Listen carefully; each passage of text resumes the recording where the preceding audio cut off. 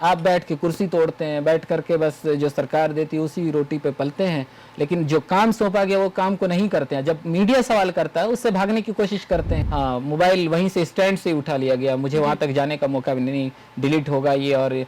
और उसके बाद मैं और ये बात कही गई कि मैं तुम जैसे लोगों को जगह दे करके मैंने गलती की है, तुम लोगों को बुलाना नहीं चाहिए। उनका पहला नहीं है, वो हमेशा इस तरीके की, जब उनके मन के मुताबिक ना हो, जब स्क्रिप्टेड क्वेश्चन ना किया जाए तो इस तरीके की हरकत करते हैं। आप उसके साथ बराबर खड़े होइए, उसमें ना आप धर्म देख सकते हैं ना जाति देख सकते हैं, इसमें बराबर के खड़े होना चाहिए, ये मेरा मानना। और एक पत्रकार होने के नाते मैंने यही क्वेश्चन किया था जिसके ऊपर इतना बड़ा रिएक्शन हुआ कि आप डिलीट करवा देते हैं। आदाब, नमस्कार, मैं हूं अजहर और आप देख रहे हैं मंथन टुडे।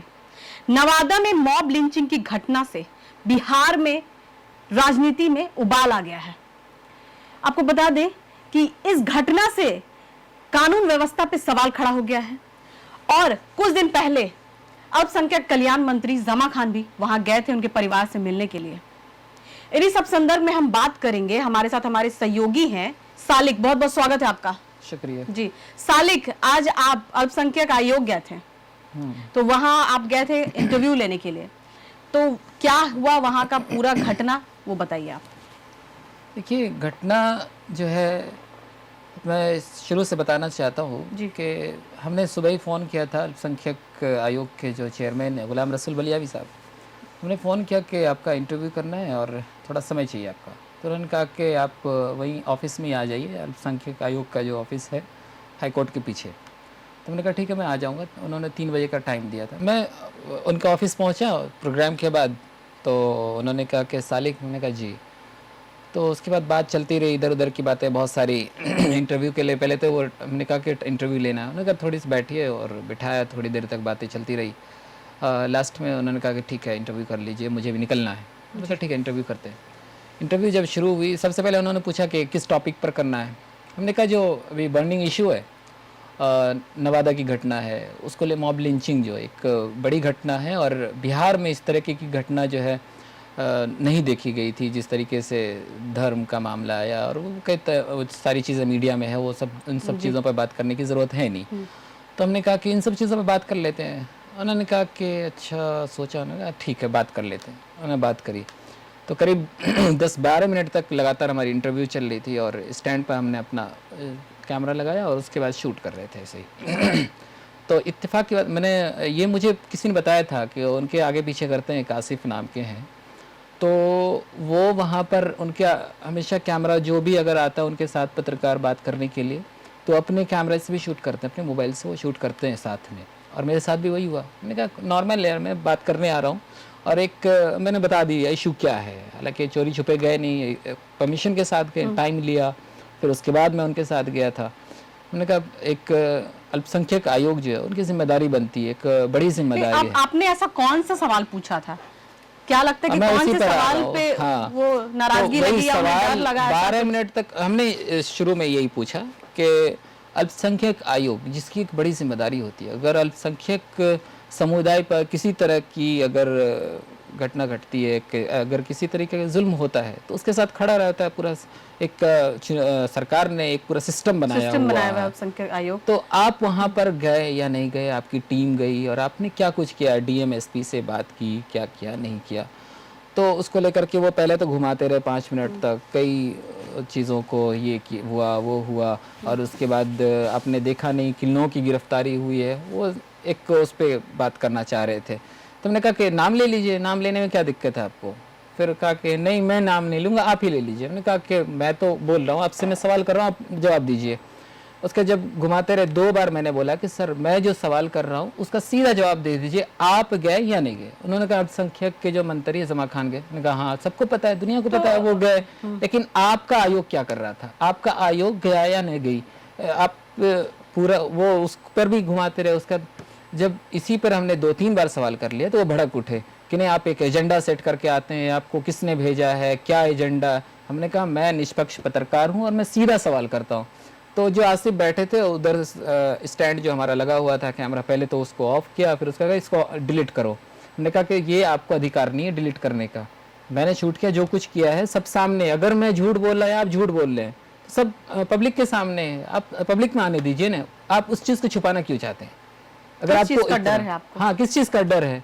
आप सिर्फ और यहाँ आयोग पर होता है जो मतलब न्याय दिलाने के लिए होता न्याय है दिलाने के लिए लोगों को, तो न्याय आखिर अथर को न्याय कब मिलेगा? हाँ, इतने दिन हो चुके हैं और लगातार बातें चल रही है, लेकिन एक आज भी अगर आप देखें तो ठोस कदम नहीं उठाया गया। ठीक है, गिरफ्तारियां हो रही है, नहीं रोकथाम के लिए ये आखिर ठीक है, अभी हम उस पर कार्रवाई कर देंगे और आप मुआवजा भी दिलवा देंगे, लेकिन ये कि मुआवजा और ये कार्रवाई कल को फिर दूसरी कल की हत्या, फिर दूसरी से मॉब घटना लिंचिंग घटती है। होगा। इसलिए कि बिहार में ऐसी घटना नहीं, दूसरे स्टेट्स में देखी गई मतलब है। आपने सवाल सीधा सीधी सीधा आपने सवाल था पूछा मेरा। कि ठीक हाँ। है आप कब जाइएगा, हाँ। मतलब आप कब जाइएगा, उन्होंने गोल गोल बात घुमाते हाँ, रहे घुमाते रहे, उन्होंने क्लियर नहीं मैंने बताया। कहा 2 लफ्ज में ये बता दीजिए, मुझे इतना ही सुनना है, मुझे कुछ नहीं सुनना है। मैं वो ये इतना भी बोल सकते जानना थे ना कि ठीक है हाँ। मैं 1-2 दिन में जाऊंगा, या फिर ठीक है मुझे हाँ। कुछ दिन में जाऊंगा। कुछ नहीं, वो अपनी कमियों को छुपाने के लिए वो मीडिया के सवालों से बचते हैं, सीधा है उनका है। और सबसे बड़ी चीज यही लगी कि आप अगर हम शूट कर रहे हैं तो आप अलग से क्यों शूट करते हैं? इसका मतलब कुछ तो गड़बड़ी है।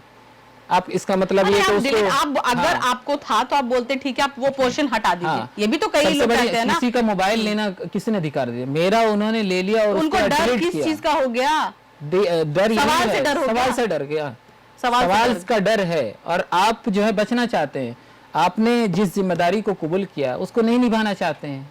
आप बैठ के कुर्सी तोड़ते हैं, बैठ करके बस जो सरकार देती है उसी रोटी पे पलते हैं, लेकिन जो काम सौंपा गया वो काम को नहीं करते हैं। जब मीडिया सवाल करता है उससे भागने की कोशिश करते हैं। तो यही तो सालिक और ये बहुत पहला नहीं है, मैं बता दूं अजरा कि ये पहला नहीं है। किशनगंज में भी एक पत्रकार ने, हालांकि उसकी वीडियो तो चली, लेकिन ये कि किस तरीके के आप उसमें देखेंगे कैसी धमकियां दे रहे हैं वो उनका पहला नहीं है। वो हमेशा इस तरीके की, जब उनके मन के मुताबिक ना हो, जब स्क्रिप्टेड क्वेश्चन ना किया जाए तो इस तरीके की हरकत करते हैं। This is not first time, ये बहुत बार हो चुकी ये है, कई बार हो कई चुका बार हो उनके चुकी है। साथ। वो अपना आपा लेकिन खो डिलीट देते हैं। करवाना ये तो बहुत ही हाँ। शर्मनाक हुआ कि आप वीडियो, अब पूरा आपका इंटरव्यू हो गया है, आपका अगर मान लीजिए लाइव चल रहा तो आप लाइव में क्या करते हैं? आप तब लाइव live तो डिलीट चलता नहीं था, करा हाँ। सकते थे। ठीक है चलिए, अगर आपको इतना था तो आप वो बोल लाइव देते नहीं कि दे ठीक है। सकते, मैं गारंटी से कह सकता हूँ। वो जिस तरीके की उनकी हरकत है वो लाइव कभी नहीं दे सकते। रसूल बलियावी साहब को हो क्या गया है? वो एक तरफ से वो धर्म के ठेकेदार भी बने हुए हैं, आपको पता है कि दरा शरिया के वो सदर भी हैं, और दूसरी तरफ इधर अल्पसंख्यक आयोग के भी दो जिम्मेदारी उनके ऊपर है। लेकिन ये कि वो लेकिन अगर किस आप मानसिकता के सहयोग साथ नहीं आते करेंगे हैं। इस एक गरीब आदमी का, जो बेचारे हाँ। कपड़ा बेचने वाला आदमी है, इस तरह से उनका जिस तरह से हत्या किया गया है, आपको भी पता होगा कि सर शर्मनाक है। वो बहुत जलाया गया मैं उनको, यहाँ उनको आप बोल नहीं सकते उस चीज को। आज भी अगर उस वाकये को बयान किया जाए तो लोग का दिल रोवा दहल सहर जाते हैं। जाएगा। हाँ, जी जी रुआं- जी, रुआं जिस खड़ा तरह हो से जाएगा उस हुआ चीज है, से, जिस तरह तरीके से की घटना घटी हुई है, वो। धर्म के नाम वो पे उनको मारा किसी भी गया, धर्म के साथ हो, किसी के साथ, ये बहुत बहुत निंदनीय ही घटना है, शर्मनाक है, बहुत ही शर्मनाक है। ये किसी होना ही भी नहीं लोगों चाहिए। के साथ नहीं होना चाहिए आप ऐसा। उसके साथ बराबर खड़े होइए कि उसमें ना आप धर्म देख सकते हैं ना जाति देख सकते हैं, इसमें बराबर के खड़े होना चाहिए, ये मेरा मानना है। और एक पत्रकार होने के नाते मैंने यही क्वेश्चन किया था जिसके ऊपर इतना बड़ा रिएक्शन हुआ कि आप डिलीट करवा देते हैं और उसके बाद आप वो आसिफ जिनके बारे में आप बता रहे हैं, हाँ। वो कौन है? उनके वो भी आयोग नहीं उनके काम करते आगे हैं क्या? पीछे करते रहते हैं, उनके घर से लेकर के ऑफिस तक सब जगह वो रहते हैं आसिफ। वो ऑफिशियली कुछ नहीं है, बस Officially उनके कुछ नहीं है। हाँ, हमने पता किया उनके बारे में, मुझे पहले लगता था कि वो पीए होंगे, लेकिन पीए भी नहीं है, वो बस पिछलग्गू है वो एक तरीके से। जबरदस्ती डिलीट हाँ, किया जबरदस्ती गया। हाँ, मोबाइल वहीं से स्टैंड से उठा लिया गया, मुझे वहां तक जाने का मौका भी नहीं, डिलीट होगा ये। और उसके बाद मैं, और ये बात कही गई कि मैं तुम जैसे लोगों को जगह दे करके मैंने गलती की है, तुम लोगों को बुलाना नहीं चाहिए, और इस तरीके की मतलब गलत भाषा भी मैं उतने बोल नहीं सकता जिस तरीके की भाषा का प्रयोग किया गया। और उसका मैंने बोला भी कि मैं सीधा क्वेश्चन कर रहा हूँ, मैं आपसे कुछ ऐसा तो पूछना, मेरा फर्स्ट टाइम नहीं है। मंथन टुडे पर आपने देखा होगा, हमने तेजस्वी यादव से सीधा सवाल किया, सम्राट चौधरी से, लेकिन वो लोग भी इस तरीके का नहीं रिएक्शन देते हैं। लेकिन ये लोग जो हैं ये डरते हैं, असल सवालों से भागते हैं। काम नहीं किया इन्होंने, जब से विभाग मिला है एक काम तो नहीं वही किया है। तो सोचिए ना कि आखिर जितने गरीब तबके लोग हैं सारे लोग कहाँ जाएंगे? उनके पास एक ही सहारा था, वो जस्टिस होते हैं एक तरह से कहा जाए। हाँ। कि न्यायालय की तरह एक होता है, आयोग होता है जहां आप कंप्लेन भी कर सकते हैं, जहां से न्याय भी लोगों को मिल सकता है। लेकिन इस तरह के लोग वहां पर हैं जो सवालों का जवाब नहीं दे पा रहे हैं, और इस तरह का फुटेज जो वीडियोस के बाद डिलीट करवा दे रही है, बहुत ही शर्मनाक है सालिक, बहुत ही शर्मनाक है। और जब एक चौथा स्तंभ है लोकतंत्र, मीडिया एक चौथा स्तंभ है, फोर्थ पिलर है, तो उसका कुछ भी ऐसा तो नहीं कि कोई बेबुनियाद आपने सवाल किया। आपने बहुत ही अच्छा सवाल किया कि आप कब जाइएगा, एक मामूली सा सवाल था। ठीक है, अगर आप कह भी सकते थे कि ठीक है मैं कुछ दिनों में चला जाऊंगा, बस समय मिलते ही मैं चला जाऊंगा, लेकिन इस तरह से किसी का वीडियोस डिलीट करवा देना एक पत्रकार के साथ इस तरह से नहीं होना चाहिए था। अच्छा सालिक, जिस तरह से मुख्यमंत्री नीतीश कुमार ने एक मुस्लिम महिला का हिजाब खोला और आप ये सवाल उनसे पूछे थे रसूल बलियावी साहब से, आपको लगता है कि जो चाटुकारिता करके, और मैं थोड़ा सा आपको शॉर्ट में बता दूं, इतना ज़्यादा तो नहीं, वो किस तरीके के फर्जी मौलाना है। चाटुकारिता करते करते राज्यसभा गए, एमएलसी बने, फिर उसके बाद अब अल्पसंख्यक आयोग के चेयरमैन बन गए हैं। तो ऐसे लोगों से क्या उम्मीद करते हैं कि वो इन सब सवालों का आसानी से जवाब दे देंगे? वो जब हमारे सीधे मॉब लिंचिंग इतना बड़ा मसला था उस पर नहीं बोल पाए। वो तो नीतीश कुमार का मामला है, उस पर एक जबान अगर वो खोल दें तो उनकी कुर्सी सरक जाएगी, उनके नीचे से कुर्सी निकल जाएगी। लेकिन शर्मनाक बात है कि जो अल्पसंख्यक आयोग है, हाँ। महिला के लिए भी आवाज नहीं उठा पा रहा, महिला के लिए कुछ सवाल खड़ा नहीं कर पा रहा, एक बार सरकार से पूछ नहीं पा रहा है। पता है वही बात, वही एक लगता है कि सबको सेम दे दिया गया है, सबको वही बोलना है। जमा खान का बयान आप सुन लीजिए, खालिद अनवर का बयान सुन लीजिए, इनका बयान आज वही था सीधा सा कि वो सबको अपना मानते हैं। इसीलिए मैं आप महिला है, मैं आपसे एक सवाल करना चाहता हूं। जबरदस्ती किसी का मैं आप महिला है, मैं आपसे पूछना चाहूंगा कि अगर आप जा रहे हैं इस तरीके से, कोई आपका नकाब खींच दे, दुपट्टा आप ओढ़े हुए उसको खींच दे, आप मन चले कुछ भी करेंगे?